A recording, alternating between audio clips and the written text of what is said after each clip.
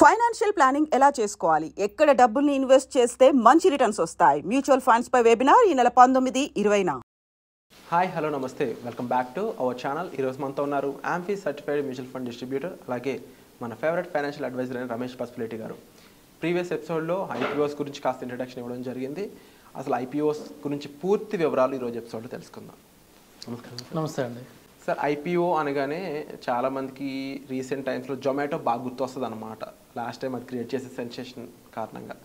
అయితే కరెంట్లీ ఎలాంటి IPOs release అవ్వడం జరిగింది, ఆ ఐపీఓస్ రిలీజ్ అవుతున్నప్పుడు జనరల్గా మన ఆడియన్స్, ముఖ్యంగా ఎవరైతే ఇన్వెస్ట్ చేద్దాం అనుకుంటారో వాళ్ళకి మీరు ఇచ్చే సలహాలు ఏంటి? డెఫినెట్గా అండి, ఐపీఓస్ ఇప్పుడున్న మార్గాల్లో మనీ ఎక్కువ అంటే తొందరగా రిటర్న్ సంపాదించే మార్గాల్లో ఐపీఓ నెంబర్ 1 ఉంది. కానీ ఐపీఓ అందరూ తగిలిద్దంటే అందరూ తగలదు. అదృష్టం ఉండాలి. కానీ మనకి ఇక్కడ అవకాశాలు ఎక్కువ ఉన్నాయి. ఇప్పుడు చాలా కంపెనీస్ వస్తున్నాయి ఐపీఓలు. ఇప్పుడు షేర్ మార్కెట్లో ఉన్న షేర్స్ చాలా తక్కువ ఉన్నాయి, కంపెనీస్ చాలా తక్కువ ఉన్నాయి. దాదాపు 6,000 కంపెనీస్ ఉన్నాయి. 6,000 కంపెనీస్ అనేది చాలా తక్కువ. ఎందుకంటే ఇప్పుడు మన మార్కెట్ క్యాపిటలైజేషన్ పెరిగింది. అలాగే మ్యూచువల్ ఫండ్స్ ద్వారా కానివ్వండి, షేర్స్ ద్వారా కానివ్వండి, ఎన్పిఎస్ ద్వారా కానివ్వండి, ఇప్పుడు కొత్తగా ఎన్పిఎస్ వాత్సల్య ద్వారా కానివ్వండి, షేర్ మార్కెట్లోకి ఎవ్రీ మంత్ 50,000 కోట్లు వచ్చి పడుతున్నాయి. ఈ 50,000 కోట్లు ఎక్కడ ఇన్వెస్ట్ చేయాలి? 6,000 కంపెనీలు సరిపోతాయంటే సరిపోవు. ఎందుకంటే 6,000 కంపెనీల్లో కూడా క్వాలిటీ షేర్స్ ఎన్ని ఉన్నాయి? కొన్ని హండ్రెడ్స్లోనే ఉంటాయి క్వాలిటీ షేర్స్. ఈ 50,000 కోట్లు ఈ క్వాలిటీ ఉన్న 100 లేదా కొన్ని 1000 బిలో షేర్స్లోకి రావాలి. ఇన్ని సరిపోవు, ఇంత అమౌంట్కి ఈ కంపెనీ సరిపోవు. ఇవన్నీ ఇలా పర్చేస్ చేసుకుంటూ వెళ్తే వీటి షేర్ ప్రైజెస్ పెరిగిపోయి ఓవర్ వాల్యుయేషన్ అయ్యి ఎప్పుడైతే మార్కెట్లో బబుల్ బ్లాస్ట్ అయినప్పుడు కానివ్వండి, లేకపోతే గ్లోబల్లో ఏమైనా బ్యాడ్ న్యూస్ వచ్చినప్పుడు ఎక్కువ పడే అవకాశం ఉంటుంది. అందుకని చెప్పేసి ఐపీఓస్ రావాలి మార్కెట్లోకి, కొత్త కొత్త కంపెనీస్ రావాలి. మన సెబీ కూడా ఎంకరేజ్ చేస్తుంది ఫండమెంటల్ స్ట్రాంగ్ ఉన్న కంపెనీస్ని చూసి. వీటిలో కూడా మంచివి మనం ఎలా సెలెక్ట్ చేసుకోవాలి? ఎందుకంటే ఒక కంపెనీ పెడుతుంటే ఆ కంపెనీకి సంబంధించిన ఆర్థిక లావాదేవీలు కానివ్వండి, ఇప్పుడు ఎవరైనా ఐపీఓకి వస్తుంటే వాళ్ళ కొద్దిగా అమౌంట్ కోసం వస్తారు. వాళ్ళకి కొద్దిగా అమౌంట్ కావాలి. దేనికోసం కావాలి? ఇన్వెస్ట్ చేయడం కోసం కావాలి. వాళ్ళు ఆల్రెడీ రన్నింగ్ బిజినెస్ ఉంది, ఆ రన్నింగ్ బిజినెస్ని ఎక్స్పాండ్ చేయాలి. ఎక్స్పాండ్ చేసి దీన్ని నెక్స్ట్ లెవెల్కి, ఇప్పుడు ఒక కంపెనీ విలువ 100 కోట్లు ఉంటే వాళ్ళు 1000 కోట్లు అవ్వాలనుకుంటున్నారు. 1000 కోట్లు అవ్వాలనుకున్నప్పుడు వాళ్ళు 100 కోట్ల దాంట్లో ఒక 50 crores ఈక్విటీ రూపంలో ఇచ్చి వచ్చిన 50 crores ఇన్వెస్ట్ చేసుకొని తర్వాత మళ్ళీ ఆ అమౌంట్ రీఇన్వెస్ట్ చేసుకుంటా ఇలాగ పెంచుకుంటా ఒక 1000 కోట్ల కంపెనీ అయితే ఆ కంపెనీ గ్రోత్కి ఉపయోగపడుతుంది. అలాగే షేర్ హోల్డర్స్కి కూడా 100 కోట్ల అప్పుడు ఇన్వెస్ట్ చేసిన కంపెనీ 1000 కోట్లు అయితే వీళ్ళకి కూడా 10 రెట్ల ఆదాయం వస్తుంది. ఆ ఉద్దేశంతోనే ఐపీఓకి వస్తున్నారు అందరూ.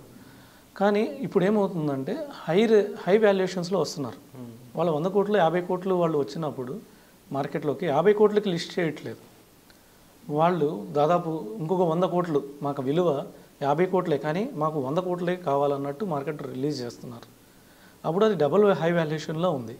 ఇలా తీసుకునేటప్పుడు ఇక్కడ ఏం చేయాలంటే గ్రోత్ చూడాలి. ఇది ఎంత ఫాస్ట్ గ్రో అవుతుంది. ఇప్పుడు మనం అవెన్యూ సూపర్ మార్కెట్ కానివ్వండి, జొమాటో కానివ్వండి, ఇవన్నీ న్యూ ఐడియాస్.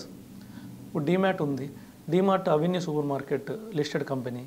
వాళ్ళు లాంచ్ చేస్తున్నప్పుడు అది కొత్త ఐడియా, ఎవరు చూడలేదు. హ్యూజ్ వాల్యూమ్స్లో రీటైల్, అన్ని వస్తువులు ఒకే దగ్గర, అది కూడా అన్ని ఎంఆర్పీల్లో డిస్కౌంటు, హై డిస్కౌంట్లు, ఇది ఎవరు చూడలేదు. ఒకసారిగా న్యూ ఐడియా వచ్చింది, అందరు పర్చేజ్ చేశారు, అది కొన్ని రేట్లు పెరిగిపోయింది. అలాగే ఇప్పుడు జొమాటో కూడా కొత్త ఐడియా. ఇంతకుముందు ఎవరైనా ఫుడ్ ఆర్డర్స్ కావాలంటే వెళ్ళి లైన్లో నుంచునేవాళ్ళు. లైన్లో నుంచొని గంటలైనా కానీ 2 గంటలైనా కానీ తీసుకొని వెళ్ళాల్సి వచ్చేది. అది చూసిన జొమాటో అనేది కొత్త ఐడియా వచ్చింది. మనం ఇలా ఎందుకు చేయకూడదు, ఇంటికే డెలివరీ ఎందుకు చేయకూడదు? హాఫ్ అన్ అవర్ ఇంట్లో కూర్చొని టీవీ చూస్తానే అతను డెలివరీ తీసుకుంటా ఎందుకు ఫుడ్ తినకూడదు? ఇలాంటి లగ్జరీస్ మనం ఇస్తే మనకి బిజినెస్ రన్ అయ్యిద్ది కదా అని చెప్పేసి అతను న్యూ ఐడియా వచ్చాడు, గురువు అయింది. ఇప్పుడు అది చూసి స్విగ్గీ కూడా వస్తుంది. కానీ స్విగ్గీ జొమాటో కన్నా డబల్ రేట్ 500 రూపీస్ అట్లా లాంచ్ అవ్వబోతుంది. అలాంటప్పుడు ఏమైద్ది? 500 రూపీస్ పెడుతున్నాడంటే వాళ్ళ నెక్స్ట్ స్టోరీ ఏందో చూడాలి. జొమాటో మనకి 250లో దొరుకుతున్నప్పుడు అది 500 ఎందుకు తీసుకోవాలి? అలాంటప్పుడు జొమాటోలోనే తీసుకోవచ్చు కదా. ఇలాంటి ఎందుకు తీసుకోవాలనేది ఒకసారి ఎందుకు అనేది దాన్ని క్లియర్గా రీసెర్చ్ చేసుకొని దాంట్లో వాల్యుయేషన్కి తగ్గ గ్రోత్ ఉంటే దాన్ని సెలెక్ట్ చేసుకోవాలి. అలాంటివి చాలా ఉన్నాయి. ఈరోజు కూడా గరుడ అని ఒక షేర్ రిలీజ్ అయింది. 83 రూపీస్లో రిలీజ్ చేస్తే ఓపెనింగే 93 రూపీస్లో రిలీజ్ అయింది. క్లోజింగ్ చూస్తే 105 రూపీస్ అయింది. రీసెంట్గా మనం చూస్తే రెజల్యూషన్ మోటార్స్ అని ఢిల్లీలో 2 యమహా షోరూమ్స్ ఉన్నాయి. వాళ్ళు 8 కోట్లు కావాలి, ఇంకొక 2 షోరూమ్లు పెట్టుకోవాలని అడిగితే 4,000 కోట్లకు బిడ్డింగ్ వచ్చింది. అట్లాగే బజాజ్ హౌసింగ్ ఫైనాన్స్ చూసాం రీసెంట్గా, అది కూడా ఓపెనింగ్ రోజే 150% పెరిగింది ఓపెనింగ్ రోజే.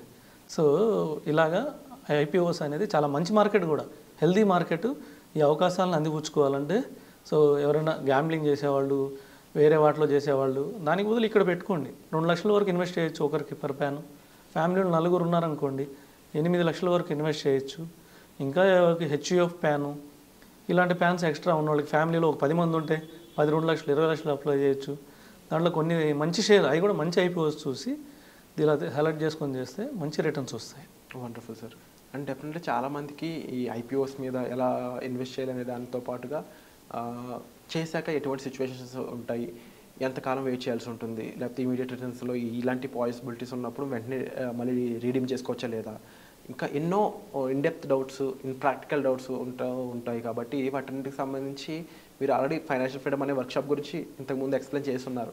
మరొకసారి మన ఆడియన్స్ కోసం ఆ వర్క్షాప్ ఏంటి, దాని గురించి డీటెయిల్స్ ఎక్స్ప్లెయిన్ చేస్తారు. డెఫినెట్గా అండి. ఇది ఫైనాన్షియల్ ఫ్రీడమ్ అంటే సింపుల్ థింగ్ ఏంటంటే మనం డబ్బు ఫాస్ట్గా పెరగాలి. ఫాస్ట్ పెరగడానికి మార్గాలు ఏమున్నాయి, అది కూడా లీగల్గా, ఎథికల్గా, ప్లస్ వచ్చేసి ఫండమెంటల్గా. ఇది పెరగడం అని చెప్పి మనం ఎఫ్ఎండ్ఓలో పెట్టమని అసలు ఎఫ్ఎండ్ఓ గురించి మాట్లాడట్లేదు.